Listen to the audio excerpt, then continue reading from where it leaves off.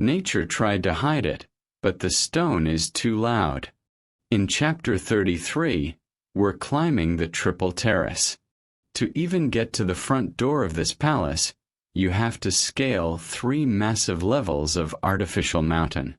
It's a logistical nightmare built by hand 1,000 years ago. You know the drill. Subscribe, hit that like, and keep the mission moving. Shout out your home base in the comments. Let's see the global team in the house today. We're looking at the high ground. Stevens is documenting the sheer muscle it took to build this thing. No wheels, no iron tools, just raw human will.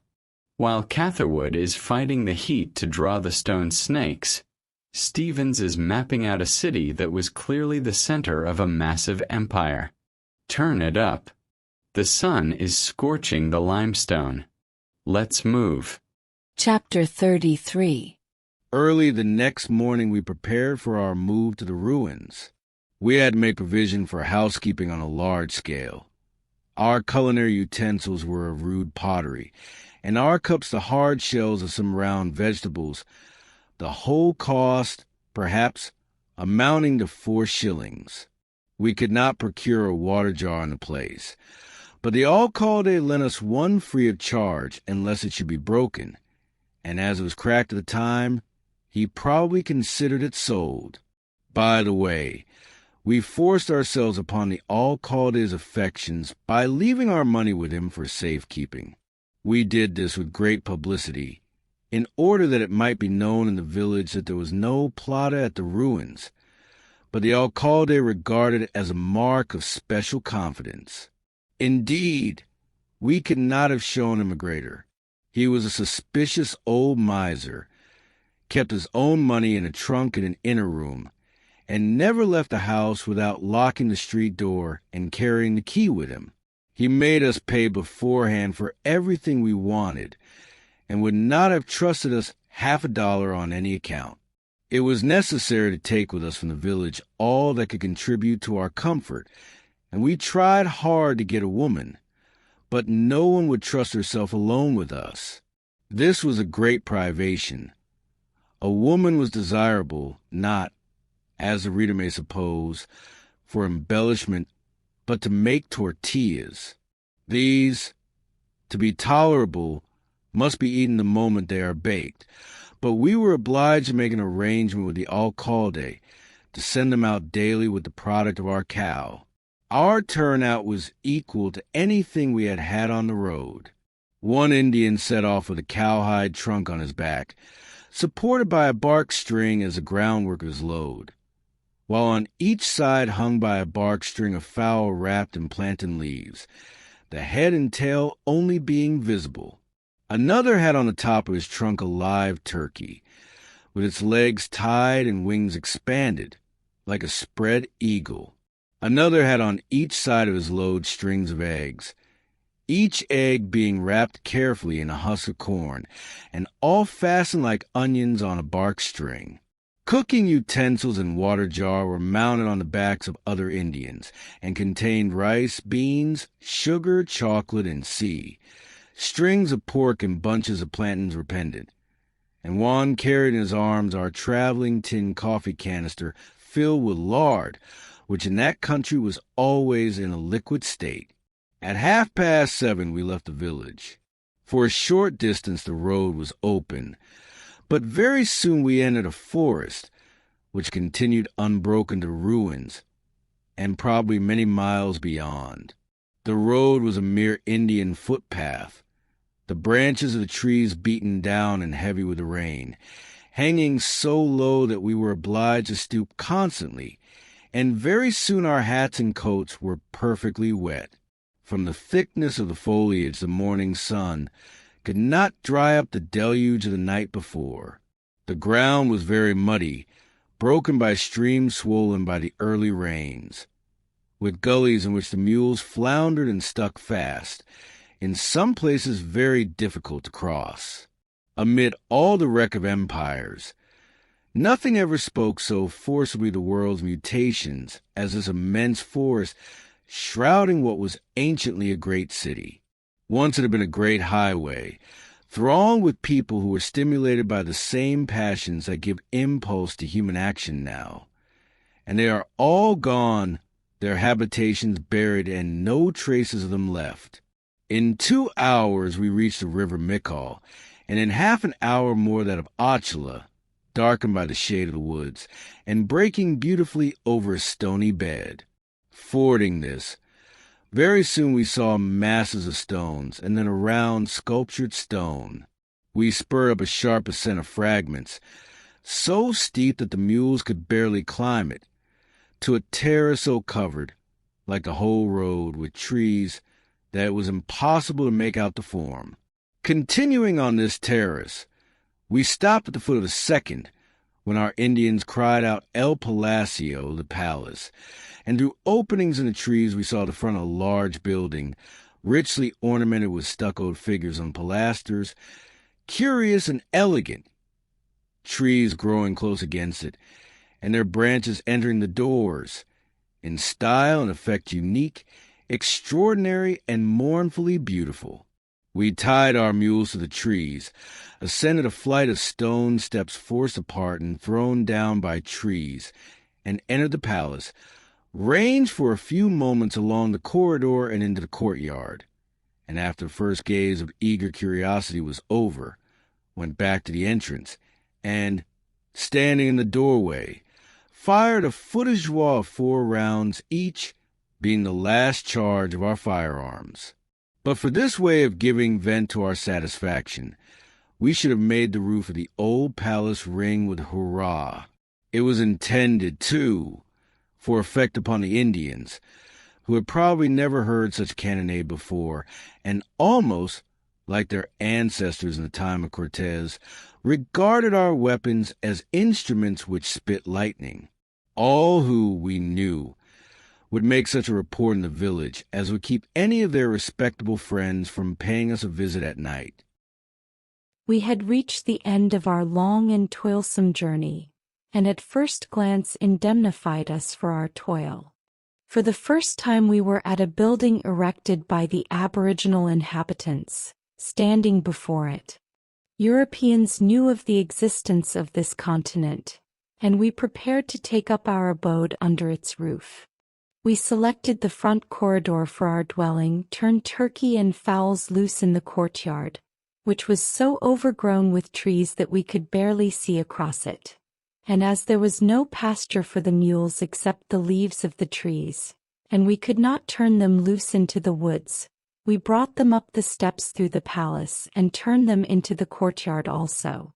At one end of the corridor one built a kitchen, which operation consisted in laying 3 stones angle-wise, so as to have room for a fire between them. Our luggage was stowed away or hung on pole reaching across the corridor. Pauling mounted a stone about 4 feet long on stone legs for a table, and with the Indians cut a number of poles, which they fastened together with bark strings, and laid them on stones at the head and foot for beds. We cut down the branches that entered the palace and some of the trees on the terrace, and from the floor of the palace overlooked the top of an immense forest stretching off to the Gulf of Mexico. The Indians had superstitious fears about remaining at night among the ruins, and left us alone, the sole tenants of the palace of unknown kings. Little did they who built it think that in a few years their royal line would perish and their race be extinct, their city a ruin, and Mr. Catherwood, Pauling, and I and one its sole tenants. Other strangers had been there wondering like ourselves. Their names were written on the walls with comments and figures, and even here were marks of those low, groveling spirits which delight in profaning holy places. Among the names, but not of the latter class, were those of acquaintances, Captain Caddy and Mr. Walker, and one was that of a countryman, Noah O. Platt, New York. He had gone out to Tabasco as supercargo of a vessel, ascended one of the rivers for logwood, and while his vessel was loading visited the ruins. His account of them had given me a strong desire to visit them long before the opportunity of doing so presented itself. High up on one side of the corridor was the name of William Beauham, and under it was a stanza written in lead pencil. By means of a tree with notches cut in it, I climbed up and read the lines. The rhyme was faulty and the spelling bad, but they breathed a deep sense of the moral sublimity pervading these unknown ruins. The author seemed too an acquaintance. I had heard his story in the village. He was a young Irishman sent by a merchant of Tabasco into the interior for purposes of small traffic, had passed some time at Palenque and in the neighborhood, and with his thoughts and feelings turned strongly toward the Indians, after dwelling upon the subject for some time, resolved to penetrate into the country of the Caribs. His friends endeavored to dissuade him, and the prefect told him, "You have red hair, a florid complexion and white skin, and they will either make a god of you and keep you among them or else kill and eat you." But he set off alone and on foot, crossed the river Chacomel, and after an absence of nearly a year returned safe, but naked and emaciated, with his hair and nails long, having been 8 days with a single Carib on the banks of a wild river, searching for a crossing place and living upon roots and herbs. He built a hut on the borders of the Chacomel River and lived there with a Carib servant, preparing for another and more protracted journey among them, until at length some boatman who came to trade with him found him lying in his hammock dead, with his skull split open. He had escaped the dangers of a journey which no man in that country dared encounter, to die by the hands of an assassin in a moment of fancied security. His arm was hanging outside and a book lying on the ground. Probably he was struck while reading. The murderers, one of whom was his servant, were caught and were then in prison in Tabasco. Unfortunately, the people of Palenque had taken but little interest in anything except the extraordinary fact of his visit among the Caribs and his return safe. All his papers and collection of curiosities were scattered and destroyed, and with him died all the fruits of his labors. But were he still living, he would be the man of all others to accomplish the discovery of that mysterious city which had so much affected our imaginations. As the ruins of Palenque are the first which awakened attention to the existence of ancient and unknown cities in America, and as, on that account, they are perhaps more interesting to the public, it may not be amiss to state the circumstances of their first discovery. The account is that in the year 1750, a party of Spaniards traveling in the interior of Mexico penetrated to the lands north of the district of Carmen, in the province of Chiapas, when all at once they found, in the midst of a vast solitude, ancient stone buildings, the remains of a city still embracing from 18 to 24 miles in extent, known to the Indians by the name of Casas de Piedra. From my knowledge of the country, I am at a loss to conjecture whether a party of Spaniards were traveling in that forest, or how they could have done so. I am inclined to believe rather that the existence of the ruins was discovered by the Indians, who had clearings in different parts of the forest for their cornfields, or perhaps was known to them from time immemorial, and on their report the inhabitants were induced to visit them. The existence of such a city was entirely unknown. There is no mention of it in any book, and no tradition that it had ever been. To this day it is not known by what name it was called, and the only appellation given to it is that of Palenque, after the village near which the ruins stand. The news of the discovery passed from mouth to mouth, was repeated in some cities of the province, and reached the seat of government, but little attention was paid to it, and the members of the government, through ignorance, apathy, or the actual impossibility of occupying themselves with anything except public affairs, took no measures to explore the ruins, and it was not till 1786, 30 years subsequent to the discovery, that the King of Spain ordered an exploration on the 3rd of May, 1787, Captain Antonio del Rio arrived at the village under a commission from the government of Guatemala, and on the 5th he proceeded to the site of the ruined city. In his official report he says, on making his first essay, owing to the thickness of the woods and a fog so dense that it was impossible for men to distinguish each other at 5 paces distance, the principal building was completely concealed from their view. He returned to the village, and after concerting measures with the deputy of the district, an order was issued to the inhabitants of Tumbla, requiring 200 Indians with axes and billhooks. On the 17th, 79 arrived, furnished with 28 axes, after which 20 more were obtained in the village, and with these he again moved forward, and immediately commenced felling trees, which was followed by a general conflagration. The report of Captain Del Rio, with the commentary of Dr. Paul Felix Cabrera, of New Guatemala, deducing an Egyptian origin for the people, through either the supineness or the jealousy of the Spanish government, was locked up in the archives of Guatemala until the time of the Revolution, when, by the operation of liberal principles, the original manuscripts came into the hands of an English gentleman long resident in that country, and an English translation was published at London in 1822. This was the first notice in Europe of the discovery of these ruins, and instead of electrifying the public mind, either from want of interest in the subject, distrust, or some other cause, so little notice was taken of it, that in 1831, the Literary Gazette, a paper of great circulation in London, announced it as a new discovery made by Colonel Galindo, whose unfortunate fate has been before referred to. If like discovery had been made in Italy, Greece, Egypt, or Asia, within the reach of European travel, it would have created an interest not inferior to the discovery of Herculaneum or Pompeii, or the ruins of Paestum.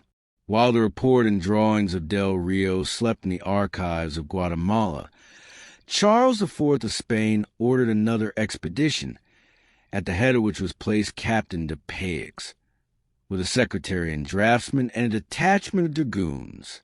His expeditions were made in 1805, 1806, and 1807, the last of which was to Palenque.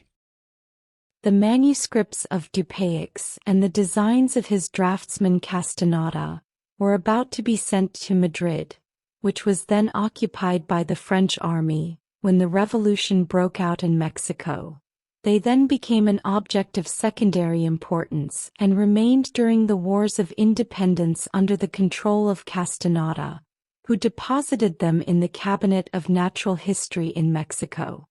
In 1828 M.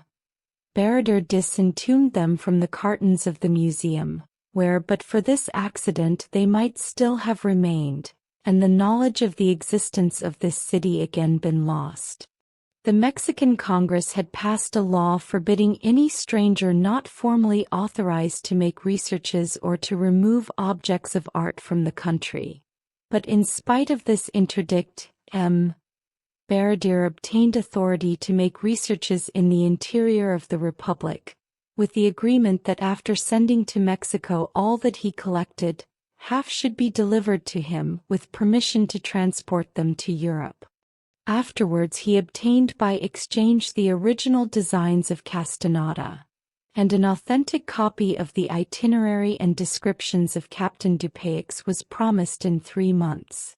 From diverse circumstances, that copy did not reach M. Barader till long after his return to France, and the work of Dupaix was not published until 1834-5, 28 years after his expedition, when it was brought out in Paris in 4 volumes folio at the price of 800 F, with notes and commentaries by M. Alexander Lenore, M. Warden, M. Charles Farcy, M. Barader, and M. de Saint-Priest.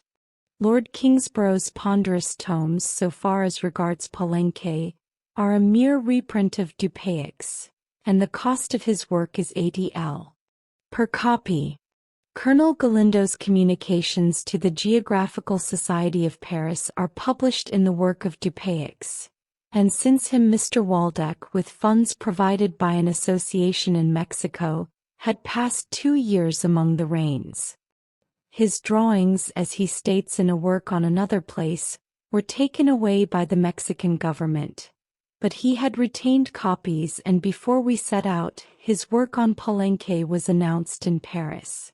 It, however, has never appeared, and in the meantime Dupaix's is the textbook.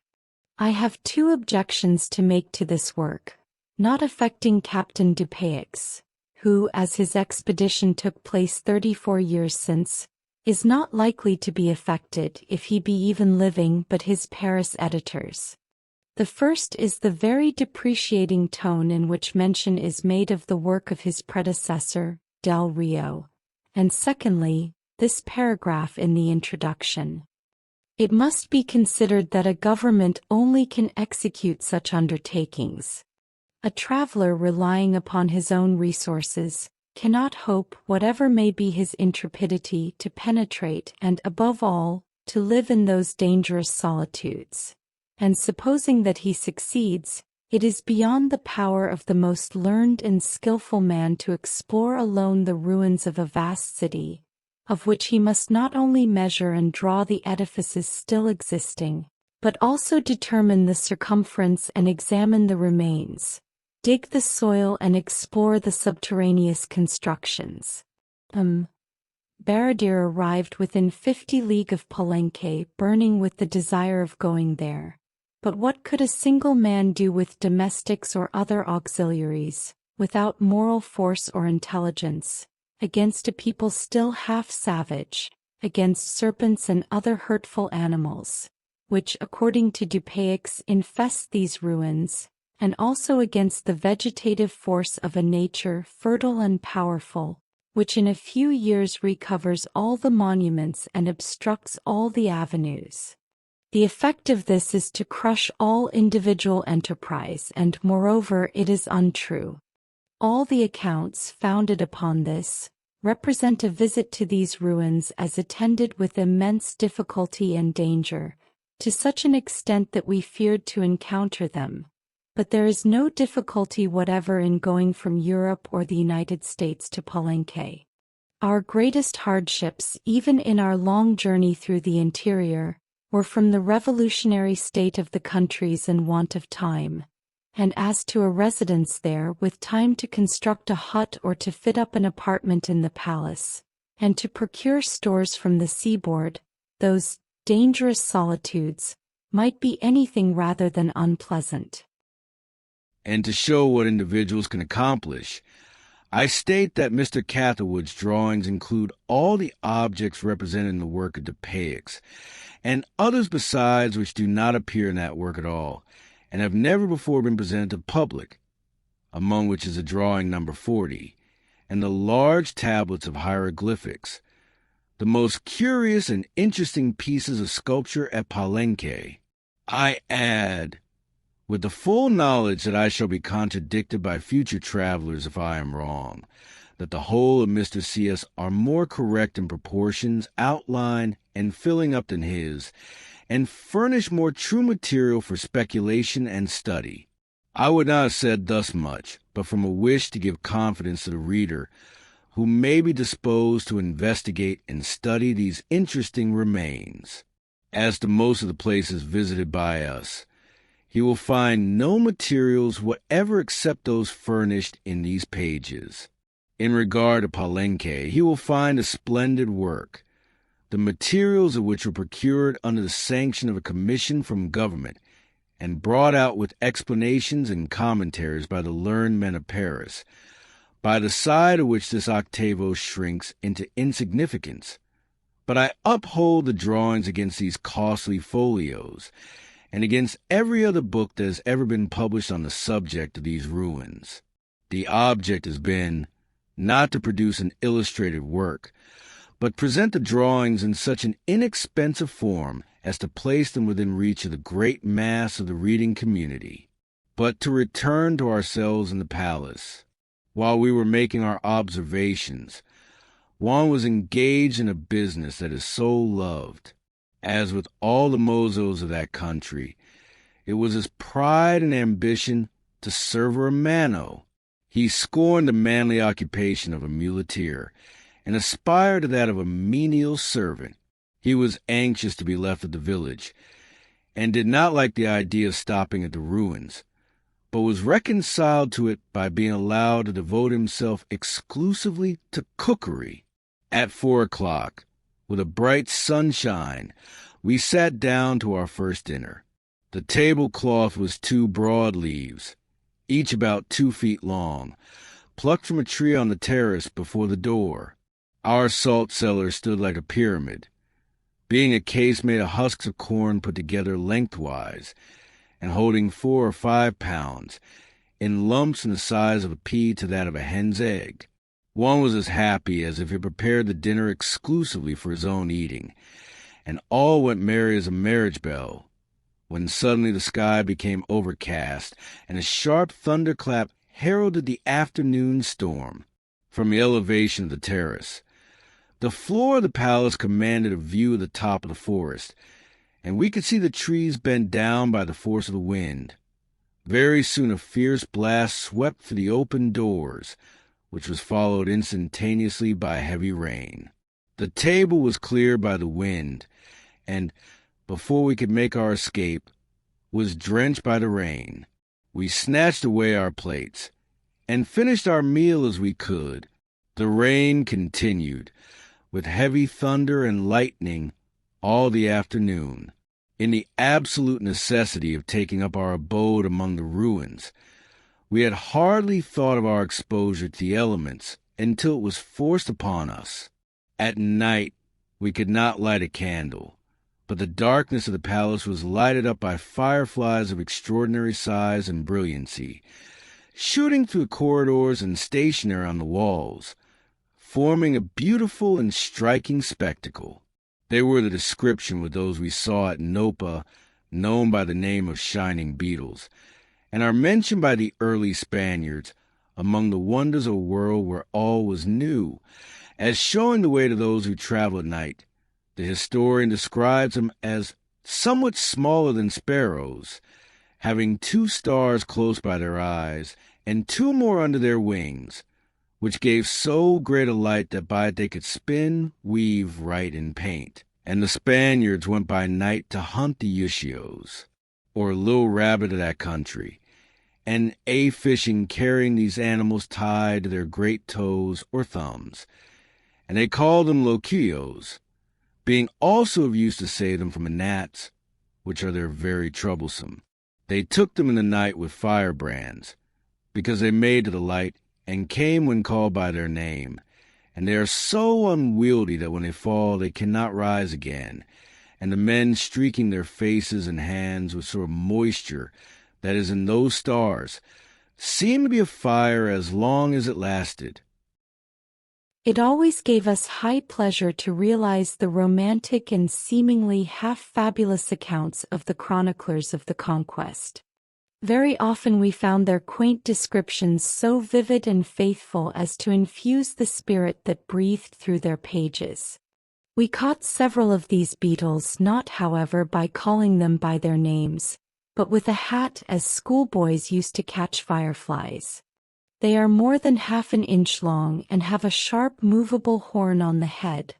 When laid on the back they cannot turn over except by pressing this horn against a membrane upon the front.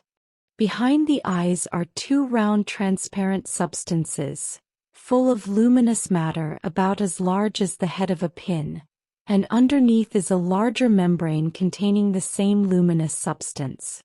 4 of them together threw a brilliant light for several yards around, and by the light of a single one we read distinctly the finely printed pages of an American newspaper. It was one of a packet full of debates in Congress, which I had as yet barely glanced over, and it seemed stranger than any incident of our journey to be reading by the light of beetles, in the ruined palace of Palenque, the sayings and doings of great men at home. These things brought up vivid recollections of home, and among the familiar images present were the good beds into which our friends were about that time turning.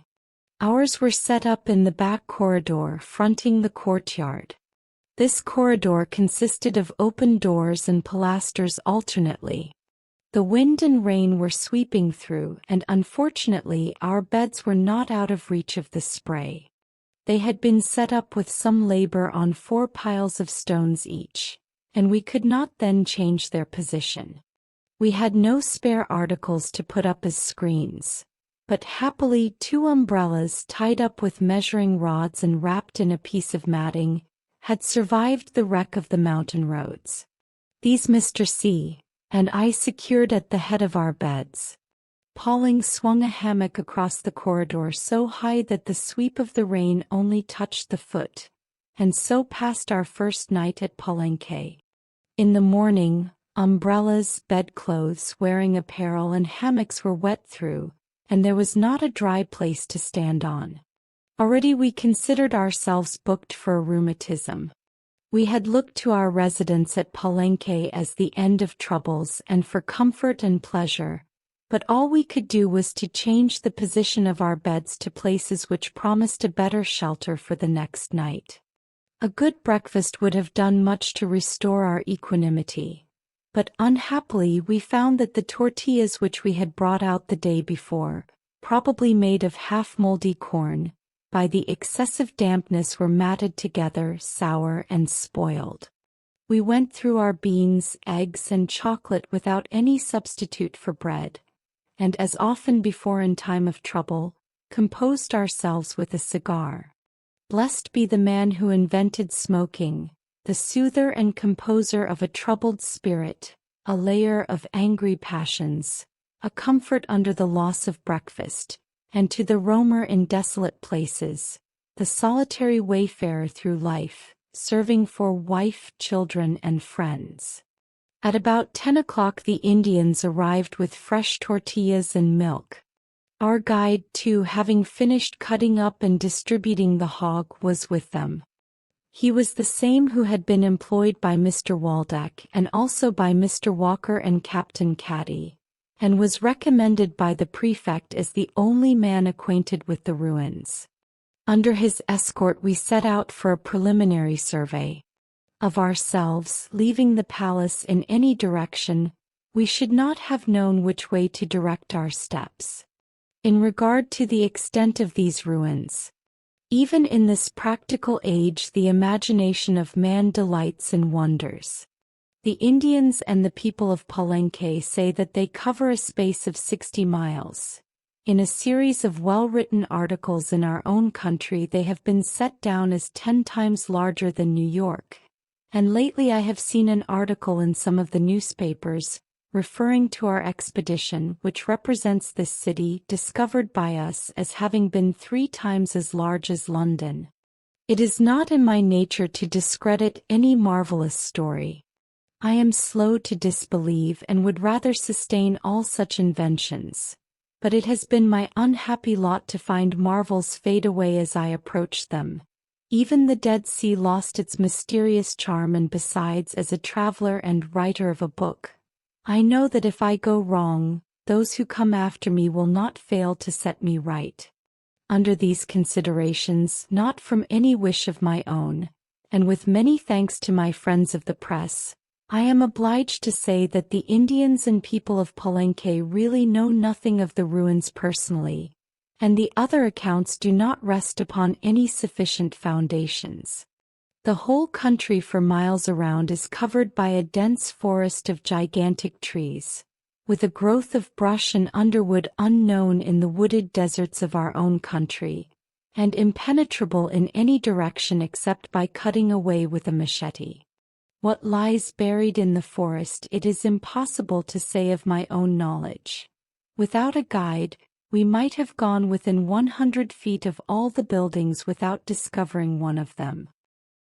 Captain Del Rio, the first explorer, with men and means of command, states in his report that in the execution of his commission he cut down and burned all the woods. He does not say how far, but judging from the breaches and excavations made in the interior of the buildings, probably for miles around, Captain Dupaix, acting under a royal commission and with all the resources such a commission would give, did not discover any more buildings than those mentioned by Del Rio, and we saw only the same. But having the benefit of them as guides, at least of Del Rio, for at that time we had not seen Dupaix's work, we of course saw things which escaped their observation, just as those who come after us will see what escaped ours. This place, however, was the principal object of our expedition, and it was our wish and intention to make a thorough exploration. Respect for my official character, the special 10-hour of my passport, and letters from Mexican authorities gave me every facility. The prefect assumed that I was sent by my government expressly to explore the ruins, and every person in Palenque, except our friend the Alcalde, and even he, as much as the perversity of his disposition would permit, was disposed to assist us. But there were accidental difficulties which were insuperable. First, it was a rainy season. This, under any circumstances, would have made it difficult. But as the rains did not commence till 3 or 4 o'clock, and the weather was always clear in the morning, it alone would not have been sufficient to prevent our attempting it. But there were other difficulties, which embarrassed us from the beginning, and continued during our whole residence among the ruins. There was not an axe or spade in the place, and, as usual, the only instrument was a machete, which here was like a short and wide-bladed sword, and the difficulty of procuring Indians to work was greater than at any other place we had visited. It was a season of planting corn, and the Indians, under the immediate pressure of famine, were all busy with their milpas. The price of an Indian's labor was 9 pence per day, but the alcalde, who had the direction of this branch of the business, would not let me advance to more than 1 shilling, and the most who engaged to send was from 4 to 6 a day. They would not sleep at the ruins, came late, and went away early. Sometimes only 2 or 3 appeared, and the same men rarely came twice, so that during our stay we had all the Indians of the village in rotation. This increased very much our labor, as it made it necessary to stand over them constantly to direct their work. And just as one set began to understand precisely what we wanted, we were obliged to teach the same to others. And I may remark that their labor, though nominally cheap, was dear in reference to the work done. But to return. Under the escort of our guide, we had a fatiguing but most interesting day. What we saw does not need any exaggeration. It awakened admiration and astonishment. In the afternoon came on the regular storm. We had distributed our beds, however, along the corridors under cover of the outer wall, and were better protected, but suffered terribly from mosquitoes, the noise and stings of which drove away sleep. In the middle of the night, I took up my mat to escape from these murderers of rest. The rain had ceased, and the moon, breaking through the heavy clouds, with misty face lighted up the ruined corridor. I climbed over a mound of stones at one end, where the wall had fallen, and, stumbling along outside the palace, entered a lateral building near the foot of the tower, groped in the dark along a low, damp passage, and spread my mat before a low doorway at the extreme end. Bats were flying and whizzing through the passage, noisy and sinister, but the ugly creatures drove away mosquitoes. The dampness of the passage was cooling and refreshing, and, with some twinging apprehensions of the snakes and reptiles, lizards and scorpions, which infest the ruins, I fell asleep,